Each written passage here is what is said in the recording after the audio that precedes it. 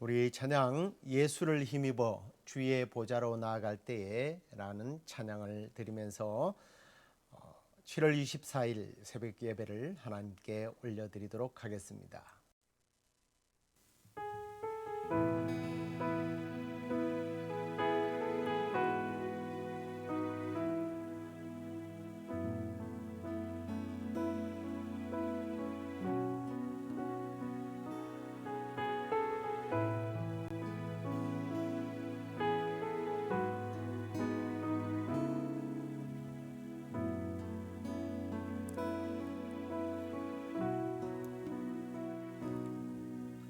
주의 보좌로 나아갈 때에 어떻게 나가야 할까? 나를 구원한 주의 십자가 그것을 믿으며 가네. 주의 보좌로 나아갈 때에 나 여전히 부족하나. 나를 품으신 주의 그 사랑 그것을 믿으며 가네. 자격 없는 내 힘이 아니 오직 예수님의 보혈로 자격 없는 내 힘이 아니 오직 예수님의 보혈로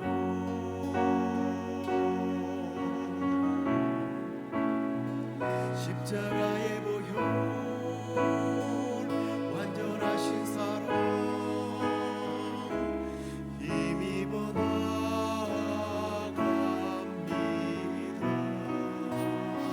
십자가의 보혈 완전하신 사랑 힘입어 예배합니다. 십자가의 완전하신 사랑 힘입어 나아갑니다.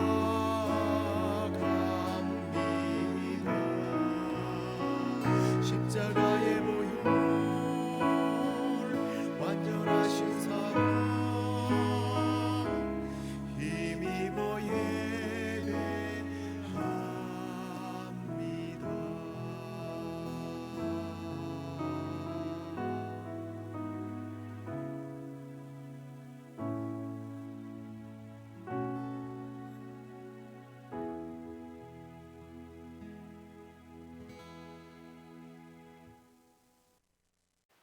사도신경으로 우리의 신앙을 고백드리겠습니다.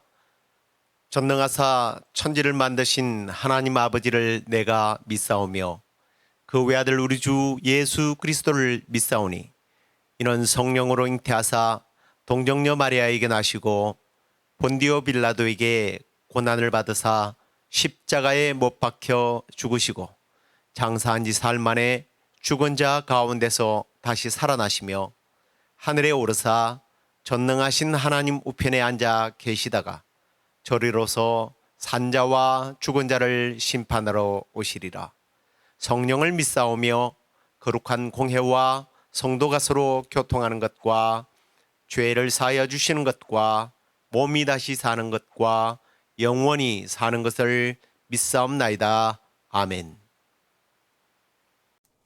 우리 찬양 하나 더 하도록 하겠습니다. 찬송가 성자의 귀한 몸 함께 찬송하시겠습니다.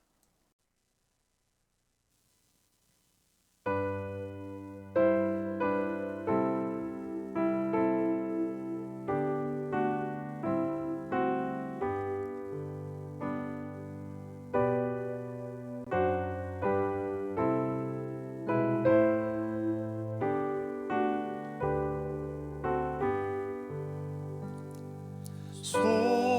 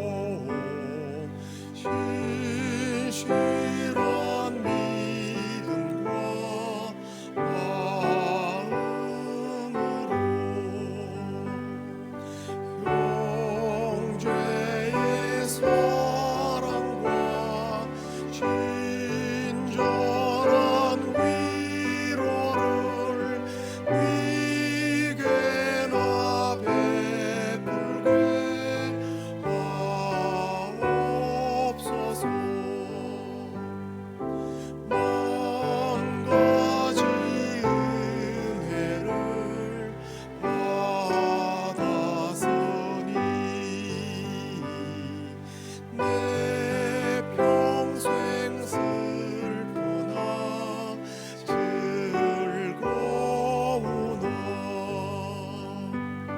이 몸을 온전히 주님께 바쳐서 주님만 위하여 늘 살겠네.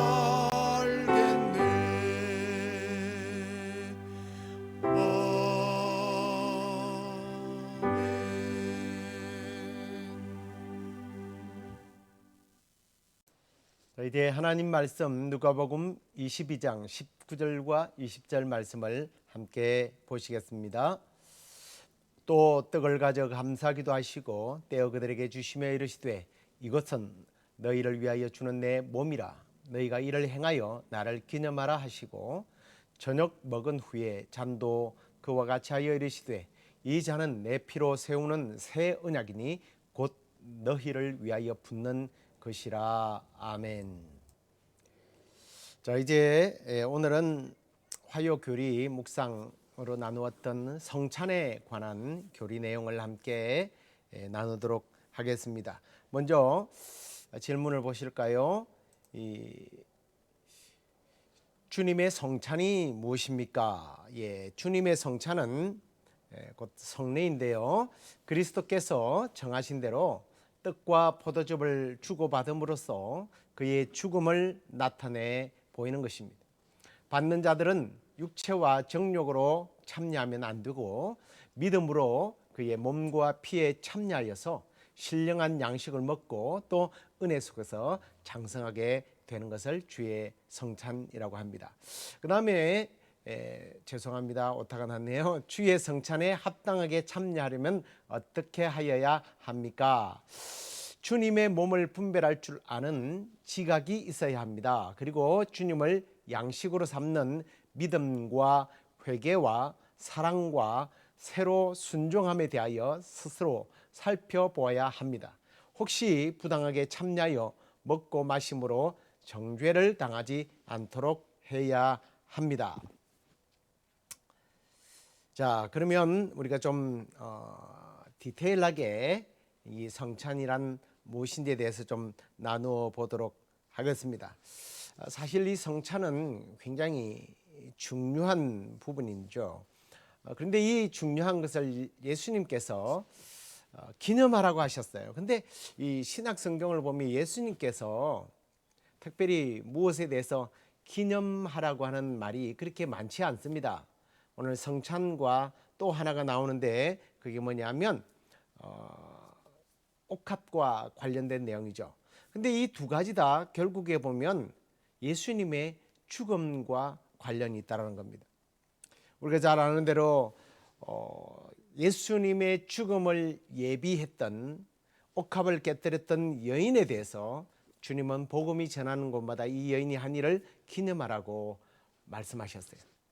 돈의 값어치로 낭비하는 것이라고 꾸짖는 제자들도 있었지만 오히려 예수님은 이 여인을 칭찬하셨습니다. 기념하라고 하셨어요. 왜요? 이 여인은 예수님의 죽음, 예수 그리스도의 십자가의 죽음을 받아들이고 있었기 때문입니다. 그 다음에 이제 두 번째는 바로 유월절 행사 때에 제자들과 마지막 만찬을 나누면서 하셨던 이 성찬이에요. 예수님은 빵과 포도즙을 제자들에게 주면서 시청각적으로 포도즙은 예수님의 피로, 빵은 생명의 양식으로 주님께서 그들에게 교훈하시고 보여주시고 그 다음에 그 일을 계속 행하라고 하셨습니다. 그 일을 행하라고 한 것이 십자가와 연관이 있기 때문에 하신 거예요. 그런데 이 성찬을 잘못된 이해로 인하여 그 의미가 변질되기도 하고요. 이 성찬식 때문에 그래서 그 변질된 성찬식 때문에 기독교가 한때는 굉장한 핍박을 받게 되었습니다. 이 변질이라는 게 뭐냐면 이 포도즙이 입에 들어가면 피로 변하고 빵은 살로 변한다는 거예요. 이건 변질이죠. 지금도 사실은 이 화채설이라고 해서 가톨릭에서는 그렇게 주장을 하고 있습니다. 이러다 보니까 믿지 않는 세계에서는 마치 예수를 믿는 사람들은 피를 마시고 인간의 살을 씹어먹는 그런 식인종으로 누명을 쓰기도 했죠. 그래서 로마에서는 굉장한 핍박을 받는 이유가 바로 이 성찬 때문이었습니다. 잘못된 오해와 그리고 또 이 성찬을 변질시키면서 오는 부작용이었죠. 성찬은 우리를 구원하기 위하여 예수님께서 십자가의 고난을 통해서 그 몸이 다 찢어지시고 피를 흘려주신 그것을 상기시켜주는, 기념케 하는, 기억케 하는 바로 예식일 뿐이에요. 그래서 이 성찬은 예수님이 죽고 부활하신 후에 제자들이 예수님의 십자가의 죽으심에 대해서 매우 강력한 의무를 부여하기 위해서 만든 것이 아니라는 거예요. 주님께서 직접 만드시고 주님께서 친히 맨 처음 성찬식을 거행하셨고 더 나아가 이것을 계속 지키라고 말씀하셨습니다. 마태복음 26장 26절에서 29절에 보면 주님께서 제자들에게 떡을 가지고 축복하시고 떼어주시면서 이것이 내 몸이라고 하셨고, 또 포도즙을 가지고 감사 기도를 하신 후에 역시 주시면서 너희가 이것을 먹으라. 그리고 이 잔은 죄 사함을 얻게 하는 많은 사람들을 위하여 흘린 나의 피, 곧 언약의 피다라고 말씀을 하셨어요. 그리고 또 마가복음에도 보면 14장에 가서 보면 이와 똑같은 내용이에요. 누가복음도 마찬가지예요. 그런데 여기서 공통적으로 말씀한 게 뭡니까? 예수 그리스도의 몸은 빵, 곧 떡이고요. 잔은 피의 언약이라고 말씀하셨습니다. 근데 사람들은 자꾸 잔 그러는데 자꾸 이걸 포도주, 와인으로 해석을 하는 경우가 많습니다. 아무튼 여기까지만 보면 떡이 몸이고 잔은 피라고 할지 모르겠습니다만 예수님의 만찬식 때에 행한 것을 제자들이 이게 좀 실천하기 위해서 나중에 예수님의 지시 그대로 성도들을 가르치는 내용이 나옵니다. 바로 고린도전서 11장 23절에서 26절에 나오는 내용인데요. 한번 볼까요? 내가 너희에게 전한 것은 주께 받은 것이니 자기들이 성찬하는 것이 어떤 제자들이 만들어낸 것이 아니라 주께 받은 것이라고 말합니다. 곧 주 예수께서 잡히시던 밤에 떡을 가지시고 축사하시고 떼어 이르시되 이것은 너희를 위하는 내 몸이니 이것을 행하여 나를 기념하라. 그리고 식후에 또한 그와 같이 잔을 가지시고 이르시되 이 잔은 내 피로 세운 새 언약이니 이것을 행하여 마실 때마다 나를 기념하라 하셨으니 너희가 이 떡을 먹으며 이 잔을 마실 때마다 주의 죽으심을 그가 오실 때까지 전하는 것이니라. 아멘. 자, 이 성찬은 제자들이 만든 것이 아니에요. 사람들이 고안해서 시층각적으로 가르치기 위해서 만든 것이 아니라 주님께서 친히 제정하신 것이라는 거예요. 또 예수님을 영접한 사람들에게 그리고 계속해서 예수 그리스도를 구주로 영접한 사람은 이 성찬식을 계속해서 지켜야 된다라고 주님이 명령하셨다는 겁니다. 왜요? 우리는 이 성찬을 통해서 예수님이 십자가에서 죽으시고 이 죽음이 단순한 죽음이 아니라 나를 살리는 놀라운 축복의 죽음이었음을, 대속의 죽음이었음을, 천국 가는 유일한 비결이 되었음을 우리에게 말씀하셨기 때문에 우리는 그것을 기억하고 기념을 해야 하는 거예요. 그런데 이것을 통틀어서 예수님께서는 아까 보면 계속 반복하는 것 중에 하나가 뭐예요? 새 언약이라는 거, 새 언약. 그러면 옛 언약도 있을 거 아니에요. 옛 언약은 구약에 나오는 언약이고요. 새 언약은 예수님이 지금 말씀하신 자신의 몸과 그리고 피로 세운 언약이라고 말씀합니다. 그러면 옛 언약에 대해서 조금 이해가 필요해요. 옛 언약은 하나님과 아브라함이 맺은 언약입니다. 과거에 구약 시대에 그 언약을 맺을 때는요, 두 당사자가 짐승을 이렇게 딱 쪼개놓고 그 사이를 지나가는 풍습이 있었습니다. 짐승의 살과 피는 이 언약 당사자들이 생명을 걸고 그 언약을 지키겠다고 하는 그런 약속의 의미예요. 그래서 만약에 상대방 한 사람이 언약을 지키지 않으면 좀 잔인하지만 그 짐승같이 몸이 찢어지고 피를 흘리게 될 것이다. 바르게 말하면 죽어도 좋다. 죽인다 할지라도 나는 할 말이 없다. 항변하지 않겠다. 뭐 그런 뜻을 가졌습니다. 이게 이제 창세기 15장에서 나오는 이야기인데요. 이 15장에 보면 하나님과 아브라함 사이에 언약을 맺게 됩니다. 근데 이 맺게 되는 그 계기가요 있었습니다. 아브라함의 조카 롯이 소돔과 고모라에 살고 있을 때에 다른 연합군들에 의해서 잡혀가게 돼요. 그 소식을 듣고 이제 아브라함이 자기 집에서 키우던 용병들이 있었습니다. 이 용병들을 데리고 가서 그 연합군들을 무찌르고 그리고 자기 조카 롯도 찾아올 뿐만 아니라 많은 노획물을 가지고 돌아오면서 그때에 굉장히 중요한 만남을 하나 해요. 그게 누구냐면 살렘 왕 멜기세덱이라고 하는 제사장입니다. 지극히 높으신 하나님의 제사장이라고 기록이 되어 있는데요. 근데 이게 이후에 신약에 와서는 이 멜기세덱을 바로 예수 그리스도라고 말씀하시는데, 아무튼 그 하나님께서 이제 그 멜기세덱에게 10의 1조를 드린 다음 바로 그 위에 하나님이 아브라함에게 찾아왔어요. 찾아와서 하나님이 이런 말씀하십니다. 나는 너의 방패다. 그리고 큰 상급이다라는 말씀을 하셨습니다. 그랬더니 아브라함이 하나님의 의도를 눈치챈 것 같아요. 이 상급이라는 말을 듣자마자 아브라함이 자녀에 관련된 이야기를 하겠구나라는 생각을 하면서, 그때까지 아이가 없었으니까요. 하나님, 제가 자식이 없었어요. 제가 양자 엘리에셀이 있는데 이 엘리에셀이 나의 상속자가 될 겁니다. 기업을 이을자 합니다. 라는 이야기를 합니다. 그랬더니 하나님께서요, 아니라는 거예요. 너의 몸에서 난 자식만이 너의 후손이 될 것이다 라는 이야기를 합니다.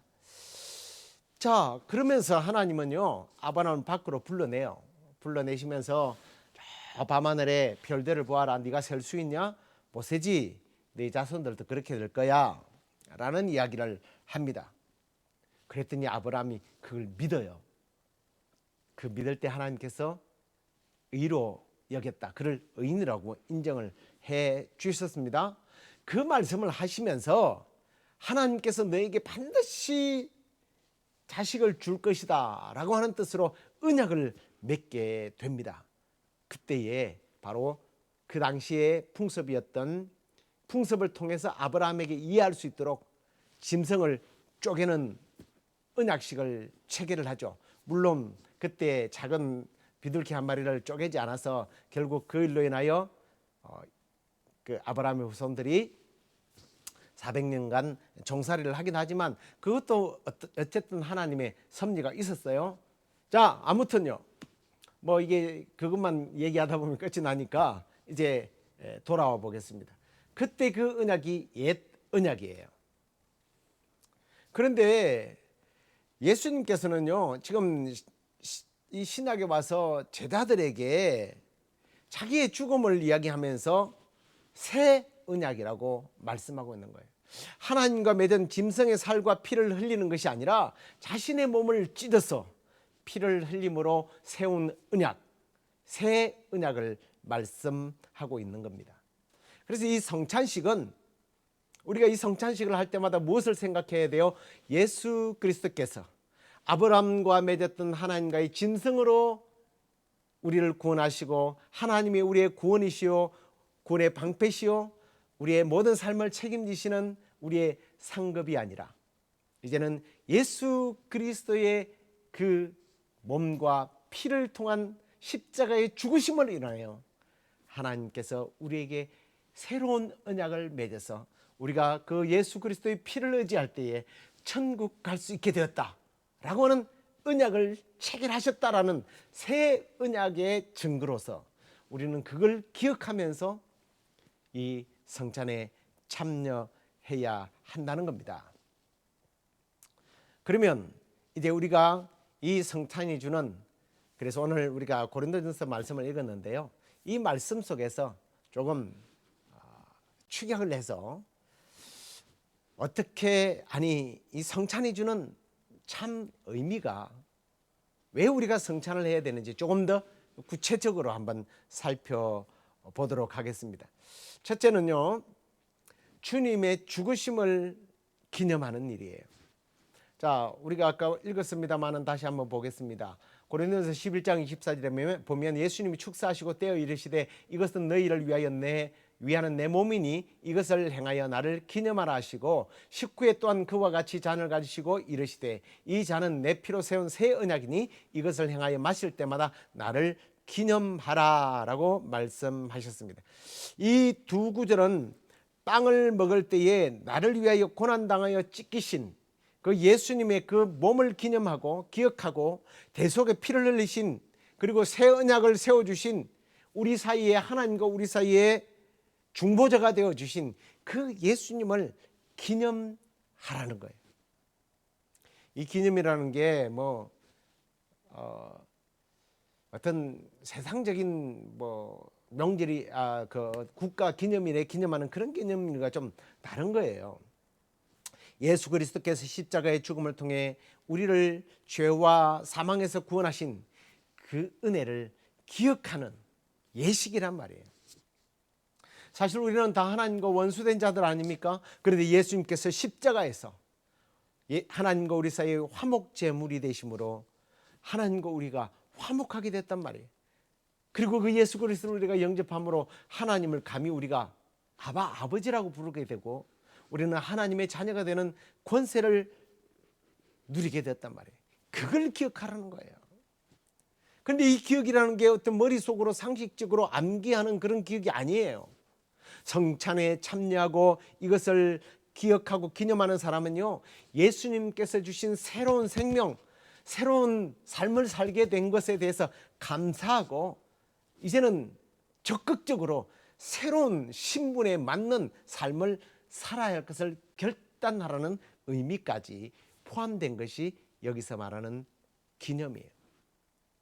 그래서 바울은 그 삶에 대하여 성령의 감동을 받아 로마에 있는 성도들에게 이렇게 권유하는 것을 봅니다. 너희는 이 세대를 본받지 말고 오직 마음을 새롭게 함으로 변화를 받아 하나님의 선하시고 기뻐하시고 온전한 뜻이 무엇인지를 분별하면서 살아라는 거예요.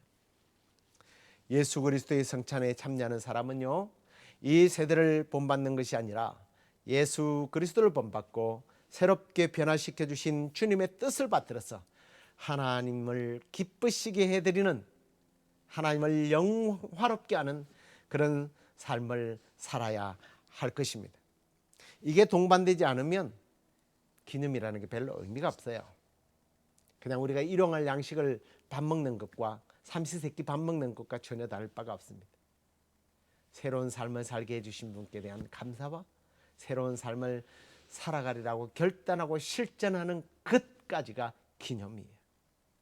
그 다음에 두 번째는 이제 주님의 죽으심을 전하는 일입니다.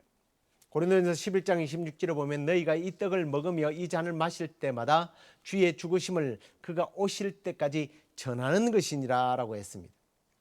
우리가 이 성찬에 참여하는 성도들은요, 예수님이 이 땅에 오신 이유와 또 이 땅에 다시 오실 것에 대하여 증거할 사명을 실천하고 결단하고 실천하는 시간, 이게 성찬이에요. 이게 성찬의 의의예요. 예수님은요, 우리 죄를 대속하기 위해서 십자가에 죽으실 뿐만 아니라 다시 부활하셨잖아요. 살아서 영원한 삶이 있음을 증명했습니다. 그리고 이제 그 영원한 삶으로 우리를 초대하시기 위하여 천국으로 올라가셨어요. 그걸로 끝났나요? 아니죠. 다시 오신다고 했어요. 근데 이 다시 오시는 것은 심판해 주러 오십니다. 믿는 자는 영원한 천국에서의 삶을, 믿지 않는 자는 아무리 부인한다 할지라도 어쩔 수 없어요. 지옥 형벌을 받는다는 것. 그걸 우리는 증거해야 될 의무를 가지고 있음을 우리는 이 성찬을 할 때마다 그렇군요. 내가 복음을 전해야 되겠군요 하고 결단하고 또 우리가 삶으로 나아가서 실천해야 된다는 것입니다. 그 다음에 세 번째로는요, 이 성찬을 통해서 우리는 하나됨을 확인해야 합니다. 자, 이 말씀도 보시겠습니다. 고린도전서 1장이 아니고 10장입니다. 우리가 축복하는 바 축복의 잔은 그리스도의 피에 참여함이 아니며 우리가 떼는 떡은 그리스도의 몸에 참여함이 아니냐. 떡이 하나요 많은 우리가 한 몸이니 이는 우리가 다 한 떡에 참여합니다 라고 말씀합니다. 성찬은요, 우리가 그리스도 안에서 하나 된 것을 확인시켜주는 예식이라는 겁니다.